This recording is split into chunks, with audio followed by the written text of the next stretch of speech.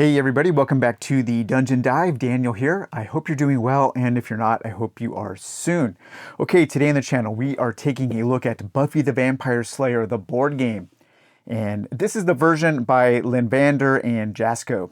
So there are a few different Buffy the Vampire Slayer board games, and it can sometimes be difficult to find the one that you are looking for. But I am a pretty big fan of the games that Linvander has made or did make with Jasco. We have taken a look at, on the channel before, we've taken a look at Gascony's Legacy, the kind of little tactical skirmish game based on the Three Musketeers. We've taken a look at the Red Sonja game, which I thought was pretty good. And we also took a look at the deluxe version of Albion's Legacy, the adventure game set in the world of the King Arthur myths and legends. And I love that game to death. It's in my top 10 of all time adventure games. And so yeah, I'm a pretty big fan of their games. I think they're neat. And I also really do enjoy the Buffy the Vampire Slayer board game. Now, I should say, just really quickly, give some background, some real quick background on how I feel about Buffy in general, the IP, because that could, sway the way I feel about the game. So I am not the biggest fan of Buffy the Vampire Slayer, the TV show, and that's mainly because I am not a big fan of Joss Whedon. I don't think he's a very good writer. And there was a time where I did like Buffy. I like about half of the show. There's a point in the series where something happens and the show stops being as fun and starts to be a little more serious and a little darker. I prefer the show at the beginning when it was just more fun. And so that is where I'm coming from. So I'm not a huge fan of the IP of the property, but I am a pretty huge fan of the game, especially considering the fact that you can pick this game up for something like $30 on eBay. It's not expensive. There is also a small expansion called Friends and Enemies, and I've seen this go for as low as $10 on eBay. The expansion is okay. I don't think I would recommend it. If you just want the base game, I think you will have enough to play. So let's take a little look at the back of the box here. Not very exciting, but in every generation a Slayer is born, one girl in all the world, a chosen one. She alone will wield the strength and skill to fight the vampires, demons, and the forces of darkness, to stop the spread of their evil and the swell of their number. She is the Slayer. Help Buffy the Vampire Slayer protect Sunnydale from the forces of evil in this fully cooperative board game, and it plays from 1 to 6 players, and it plays pretty quickly. And without the expansion, it doesn't take up a lot of space. The expansion, like the Arkham Horror expansions, it does add a sideboard that you add to the side here. And it's not huge, but like the Arkham Horror expansions, I don't think this adds enough fun to warrant the additional upkeep. So I almost never play with the additional board. There are some things in the expansion that I do play with, and those are mainly the new big bads, the new kind of bosses, and some of the new characters and items and that kind of thing. So even if you don't play with the new board and some of the new rules, there still are some things in the expansion that get incorporated into your main game that probably do make it worthwhile, especially because it's so inexpensive. But at its core, Buffy the Vampire Slayer is a threat management style game. This is kind of like Arkham Horror Jr. meets Pandemic Jr. I think if you combined those two things together, you have a really good idea of what kind of game this is. I think this is almost an effortlessly fun game. You might consider it that depending on your definition of effortlessly fun. But let's kind of back up and take a little look at the game, starting from setup. I have a game in motion right now, a few turns in, so we'll take a few sample turns just to show how the game plays. So at the beginning of the game, if you're playing solo or with players, each of you will pick a hero to play, a Slayer to play as. I am playing with 3 Slayers right now. I am playing with Buffy, with Spike, and with Giles. I think this is a pretty cool team. But once you add in the expansion, you have a whole bunch of different characters to play as. So you also have Angel, Xander, Willow, Anya, Dawn, Riley Finn, Faith, Daniel Osborne, and Tara. And so each of the characters will have a special ability that they can trigger once on their turn. And then each of the characters has access to a few normal abilities: searching, fighting, using the ability of the space you are in, and a move action. And so the characters aren't drastically different. They don't have stats or anything like that. But again, that goes towards that idea of keeping this game fast and simple.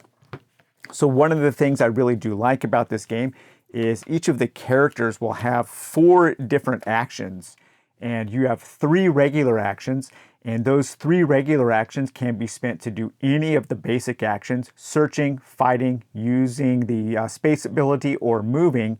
And then you have a special action, and that special action can be used for any of the basic actions, or it can also be used to trigger your hero's special ability. Now, what's really cool about this is this also plays into the scaling of the difficulty, because every time you use this special token, either for a basic or for your special action, then you draw an event card. And the event cards are like the Mythos cards, or like the pandemic cards spreading the disease. So these event cards, you draw one of these, and that tells you the bad things that happen. That spreads vampires, and it spreads demons and different threats on the board. And so I think that's really cool, because every time you use this token, something bad happens in response. And so if you're playing, 2 characters, then you will only have 2 of these special tokens. And so you will do that only twice in a round. If you have 3, you'll do it 3 times in a round. It's a really clean, simple, and I think an elegant way to handle scaling difficulty. And I really do enjoy that. Let's show some of the basic actions here using Buffy as an example. Okay, so right now Buffy is at UC Sunnydale, and she is actually here with the monster of the week. I guess we could back up and talk about the different threats that the players are having to deal with, because yes, this is very much a whack-a-mole threat management style game. There are a handful of fires and with fewer buckets of water to put them out. So the most basic threats we have are demons and minions. So these are the monsters. These are the minion monsters. These are the guys who are pretty easy to take out. So demons will be put out on the board randomly according to the events that you draw. And then vampires will also come out. Vampires and the demons are trying to kill the townies, and they are also trying to wound the heroes. One step up from the minions, we have the monsters of the week. And so these are the monsters of the week that the show would focus on, like the gentlemen and so on. And so these come out, and they are kind of like the mini bosses. And when you defeat one of the monsters of the week, then you get to reveal one of the plots of the big bads. And the big bads, these are like the ancient ones. These are like the great old ones, kind of the scenario modifiers from Arkham Horror. And so with the expansion, we have Dark Willow and we have Spike. Now, of course, if you are playing against Spike and Drusilla or Dark Willow, you can't use them as heroes, as characters. We have Adam, we have the Master, we have Caleb, we have the First Evil, and Mayor Richard Wilkins. In this particular game here, I am playing against Glorificus. And Glorificus has a certain thing that she will do when she comes out. And then depending on the card that you draw, she will do certain things there. And each of the big bads has a deck of plot cards. And these plot cards are the things that you're trying to uncover so you know how to deal with the big bad. Every time you defeat one of the monsters of the week, you get to reveal one of the big bad plot cards. And you have to do that 3 times. And once you have revealed all 3 of the plot cards, then you're looking for matching item cards in order to defeat the big bad, in order to defeat Glorificus. Along the way, you're trying to manage this apocalypse track. This apocalypse track is kind of like your ultimate timer. Anytime one of your heroes takes damage, you put a wound token on the apocalypse track. Those wound tokens can be removed by healing and by taking certain actions. And every time a demon or vampire kills a townie, you put one of them on the tracker, and it tracks up from 1, 2, 3, 4, 5, all the way up to 13, the end. If you ever add a token to the end space, that is the way that the characters lose the game. So as far as the different actions go, one of your main actions is to search. And you can flip over one of your action tokens to search. And when you search, you can draw 2 items from the item deck. Now the item deck isn't super exciting. There are only a few different items. We have weapons, magic supplies, wooden stakes, garlic, crosses, and tomes. I think that's about it. Some holy water. What is kind of cool is each of these items, while they're not particularly exciting and there aren't a lot of them, they do give you different ways to boost your standard attacks. So if you have holy water, your standard fight action, you would be able to stun a vampire in your location. However, if you have the holy water, then your fight action becomes you can stun one vampire in any location. So the items do boost your regular abilities. I think that's pretty cool. And then all of the items also have a discard effect, and that's a powerful effect that you can do in lieu of an action or in addition to an action by discarding it and getting this out of your hand. You could hold up to 3 different items. However, you are also looking for combinations of these items to deal with the monsters of the week and to deal with the big bad at the final confrontation. So for instance, to kill the monster of the week right now, which is the gentleman, I need to have 2 weapons in my hand and then I would discard them and then draw an event card and try to match one of these symbols in order to defeat that monster of the week, thus revealing a clue, and then you can research the clue to reveal one of the big bad plots so you know the items that you need to defeat the end boss. I think it's a pretty cool system. It does a lot with just a little. Each of the monsters of the week will also have some kind of special thing they do to augment the flow of the game. For instance, the gentleman here, it's a little bit of a social thing. The players cannot speak while the gentlemen are in play. Of course, if you remember the show, you remember why that is. I do wish that the monsters of the week had a little bit more art so you could see what they looked like, or maybe a little bit of flavor text explaining exactly what they are. It's a little light in that area. But anyways, searching allows you to draw 2 items and take those into your hand, and you can have up to 3 items in your hand. There is also a deck of super items, and you will have some opportunities to get these at certain points in the game. And these are artifacts. And these are a little more exciting because they actually have some art and they actually have some custom things that they can do. So we have things like Faith's Knife, a rocket launcher, the Darkest Magic book, the Hungamunga. We have a cool sword here, the Blessed Sword, the Doll's Eye Crystal, and so on. And so these are pretty cool items that have a little more gameplay, a little more thematic punch than just the regular items. So if you are in a space with some vampires, you can take an action to do a fight action against a vampire, and you can flip those over and they will become stunned. If you have a wooden stake, then that fight actions allow you to dust a vampire, thus killing it and removing it from the board. So that's a basic fight action. You can also use the power of your space by taking a use action as long as there isn't a minion or a monster of the week or a big bad on that space. They block that action. So each of the spaces, and I think this is pretty cool, each of the spaces has a different action that you can take. So there's a little bit of kind of an action selection mechanism going on. If you're at the magic shop, you can take 2 magic supplies from the items. If you're at the Summers residence, you can remove 2 wounds from the Apocalypse track. If you're at the vineyards here, you can take 2 crosses. If you're at the initiative base, you can take 2 weapons. And that's actually what I'm trying to do here as Buffy, because the gentleman, I need 2 weapons to kill the gentleman.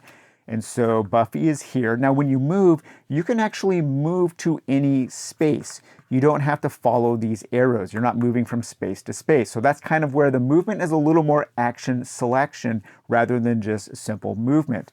So let's say I had 2 actions left and I took a move action. I can move Buffy out of UC Sunnydale. The monster of the week does not block her movement. I can move them to the initiative base or move her to the initiative base. And then I can take the use action, and the use action would allow me to take 2 weapons from the item deck. So I would search the item deck for 2 weapons. So 2 weapon cards, I would take those, shuffle these back up. I could take those into my hand.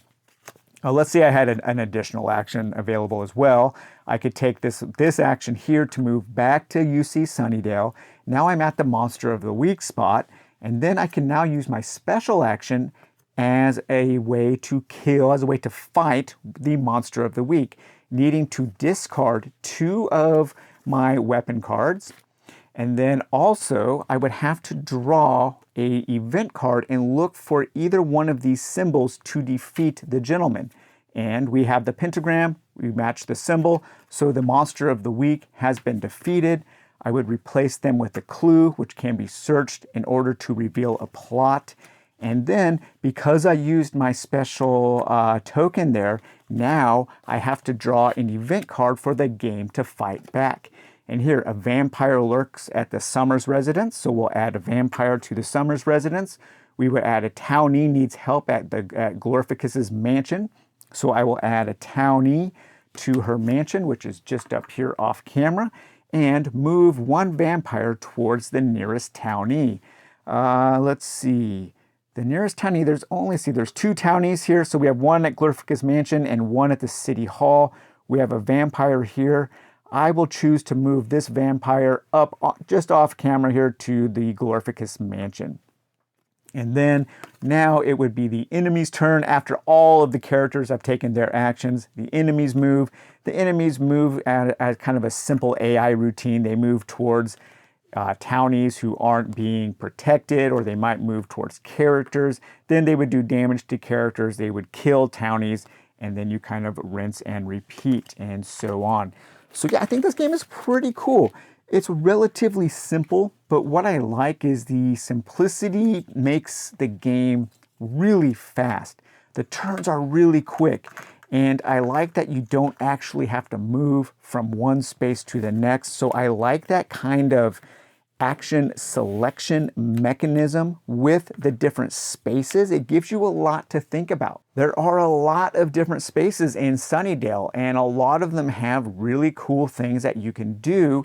And so you can feel like you are putting together a really efficient turn, you know, getting your weapons, moving back, taking care of the big bad, and then maybe having an action left to research that clue and then drawing a plot card.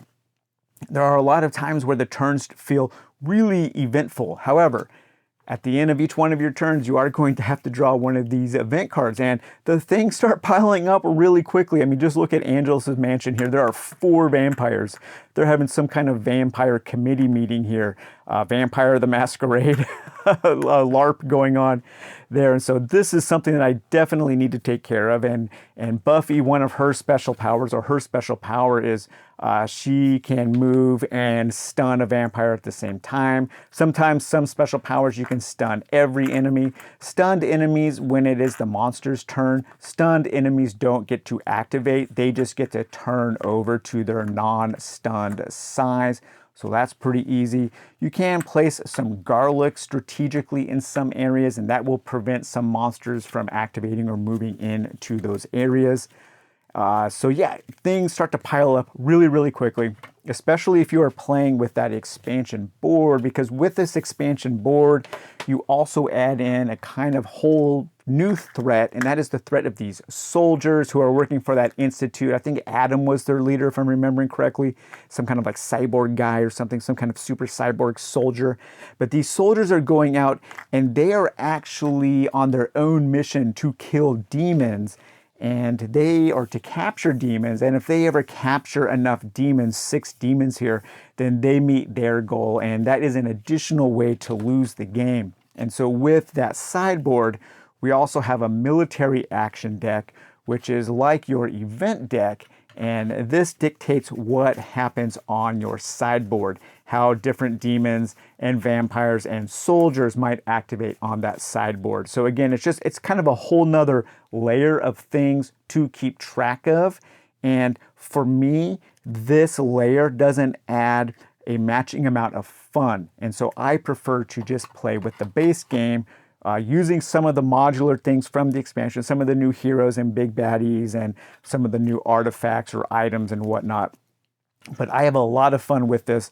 There's a lot of variety. Everything from the expansion fits very, very easily into the base game. It's a very simple game to learn. It plays quickly. I think it scales really well. I've played with 2. I've played up to 4. It's not a lot of bookkeeping, so if you want to play with 4 heroes as a solo player, it's pretty easy to do. There are a lot of really good choices because you can choose where you want to go for what space to activate. There is good threat. The threat is kind of constantly piling up, but I think it scales really well, so it never feels completely overwhelming. Sometimes these kinds of games do have issues with scaling. I think Arkham Horror does. Anything fewer than 4 investigators in Arkham Horror, you are kind of up against it. It doesn't scale very well for lower player counts, whereas I think Buffy the Vampire Slayer actually does. And so I think it's a really good couples game as well. But yeah, I would recommend Buffy the Vampire Slayer, especially if you can find it used for around $30. It's a pretty small box. It's kind of a medium-sized box, so it doesn't take up a lot of table space or shelf space. It's easy to learn and it's quick to play, and it is pretty fun. So if you're looking for kind of a lighter combination of Arkham Horror 2nd Edition and Pandemic, then I think Buffy the Vampire Slayer will scratch that itch. All right, guys. Well, I hope you enjoyed this brief review of Buffy the Vampire Slayer, the board game. That's a mouthful, from Linvander Studios and Jasco. And we will talk to you later. Bye-bye.